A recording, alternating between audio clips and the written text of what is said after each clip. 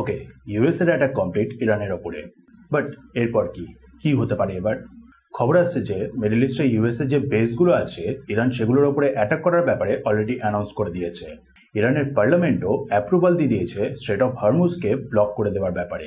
Straight of Hormuz যেখান দিয়ে ওয়ার্ল্ডের ম্যাক্সিমাম অয়েল ট্রেড হয়। অন্যদিকে ইউএস এর তরফ থেকেও আবার জবাব দেওয়া হয়েছে, যদি ইরানের পর আবার ইউএস এর বেস বা ইউএস এর সিভিলিয়ানদেরকে টার্গেট করে তাহলে ইরানকে আরো বড় কনসিকুয়েন্স ফেস করতে হবে। ট্রাম্প এবার ইসরায়েলি পিএম নেতানিয়াহুর মতন করেই ক্লিয়ারলি সামনে এসে বলা শুরু করেছেন, যদি দরকার পড়ে তাহলে ইরানে রিজিম চেঞ্জও হয়তো করা হতে পারে। সামনে রেখেছেন একটা term, make Iran great again. তাই চলুন জেনে নেওয়া যাক কোনটা কতটা পসিবল, ফিউচারে আর কি হতে চলেছে, আর আমরা কতটা ক্লোজ তৃতীয় বিশ্বযুদ্ধের। নমস্কার সবাইকে, আমি কুনাল। আমার এই ছোট্ট ইউটিউব চ্যানেলটায় আপনাকে ওয়েলকাম।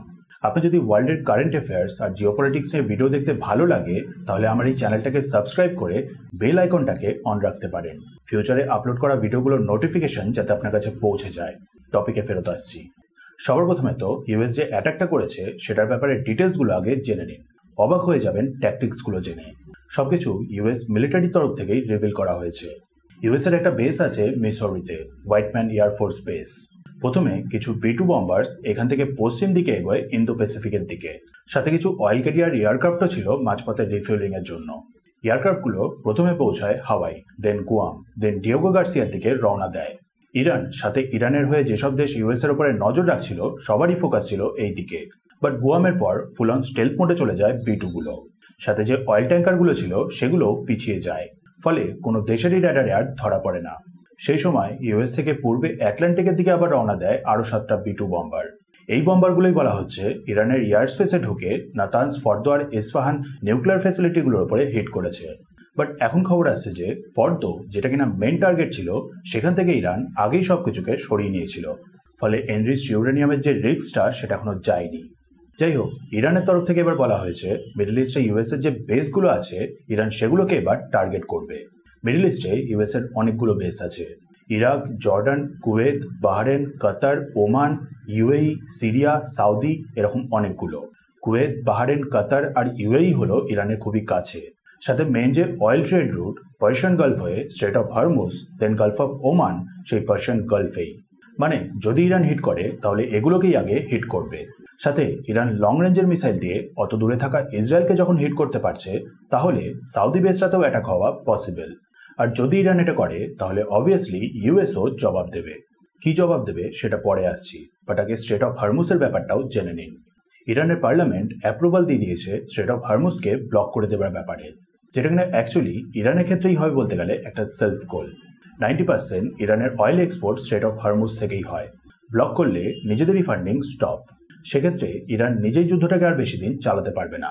সাথে 90% আবার ইরানের অয়েল এক্সপোর্ট চীনে যায়। মানে ডাইরেক্টলি বলতে গেলে যে দেশ এই মুহূর্তে ইরানকে হেল্প করতে পারবে তারই ক্ষতি করা। সো যতই বলুক না কেন এত সহজ ডিসিশন হবে না স্ট্রেট অফ হরমুজকে ব্লক করা। অ্যাকচুয়ালি যেটা হতে পারে সেটা হলো ইসরায়েল হয়তো ইরানের এই অয়েল ট্রেডটাকেই টোটালি ডিস্ট্রয় করে দিল। খার্গ আইল্যান্ড, ইরানের 90% অয়েল যেখান থেকে এক্সপোর্ট হয়। ইসরায়েল এই আইল্যান্ডটাকে হিট করা শুরু করলে ইরানের অয়েল এক্সপোর্ট করা পুরোপুরি স্টপ। আর ইসরায়েল এটা করতেই পারে, না হওয়ার কিছুই নেই। এবার ইউএস এর বেসগুলোর উপরে অ্যাটাকের ব্যাপারটাও জেনে নিন। মিডল ইস্টে যে দেশগুলোতে ইউএস এর বেসগুলো আছে সেসব দেশগুলো ইউএস এর সঙ্গ দিতে বাধ্য না হলেও ন্যাশনাল ইন্টারেস্টও একটা ব্যাপার আছে। সাথে ইউএস হলো নেটো মেম্বার, লিডারও বলতে পারেন। আর্টিকেল 5 কভার করে যদি নেটো দেশগুলোর মধ্যে যে কোনো একটা দেশের উপরে আক্রমণ হয় বাকি দেশগুলো মিলে একসাথে জবাব দেবে। এক্ষেত্রে ইউএস এর মেনল্যান্ডে কোনো অ্যাটাক হচ্ছে না, প্লাস নেটো দেশগুলো বাধ্য না আর্টিকেল 5টা মানতে। সাথে এই মুহূর্তে দাঁড়িয়ে নেটোর সাথে ইউএস এর প্রবলেম। বাট যেহেতু বলতে গেলে ইউএস নেটোর লিডার, তাই এই ব্যাপারটাকেও ওভারলুক করা যায় না যে কোনো দেশে এগিয়ে আসতে পারে ইউএস এর সাপোর্টে। ব্রিটেন অলরেডি দেখা যাচ্ছে যেটা করছে, বাকি ইউ নেভার নো। ট্রাম্পও এখন আবার ক্লিয়ারলি বলছেন যদি ইরানের কারেন্ট রিজিম ইরানকে গ্রেট না বানায় তাহলে রিজিম চেঞ্জ করতে অসুবিধাটা কোথায়, যেটা শুরু থেকে ইসরায়েলও বলে আসছে। মেবি চেষ্টা চলছে ইরানের যে বর্তমান শাহ অফ ইরান তাকে ফেরত আনার। অন্যদিকে ইয়েমেন সামনে আসছে ইরানের সাপোর্টে। কত কি করতে পারবে সেটা সবাই জানে। রাশিয়ার ব্যাপারটা হলো রাশিয়া অলরেডি একটা যুদ্ধে উলঝে রয়েছে। তার উপর পুতিন নিজেও আবার অ্যাকসেপ্ট করে ফেলেছেন রাশিয়া ইসরায়েলের এগেনস্টে এখনো সেরকম কিছু স্টেপ না নেওয়ার কারণ হলো একটা মেজর রাশিয়ান স্পিকিং পপুলেশন রয়েছে ইসরায়েলে, 15 থেকে 18% মতো, মানে প্রায় 13 লক্ষ মানুষ। রাশিয়া এই ব্যাপারটাকে নিয়েও একটু কনসিডার করছে। এই মুহূর্তে দাঁড়িয়ে চীন হলো অ্যাকচুয়ালি বলতে গেলে মেইন ট্রাম্প কার্ড।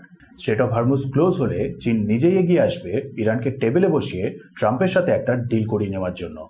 আর যদি এই সুযোগেই তাইওয়ানের দিকে হাত বাড়ায়, যেটা এমন কিছু ইম্পসিবলও ব্যাপার না, সেক্ষেত্রে ওয়ার্ল্ড ওয়ার 3।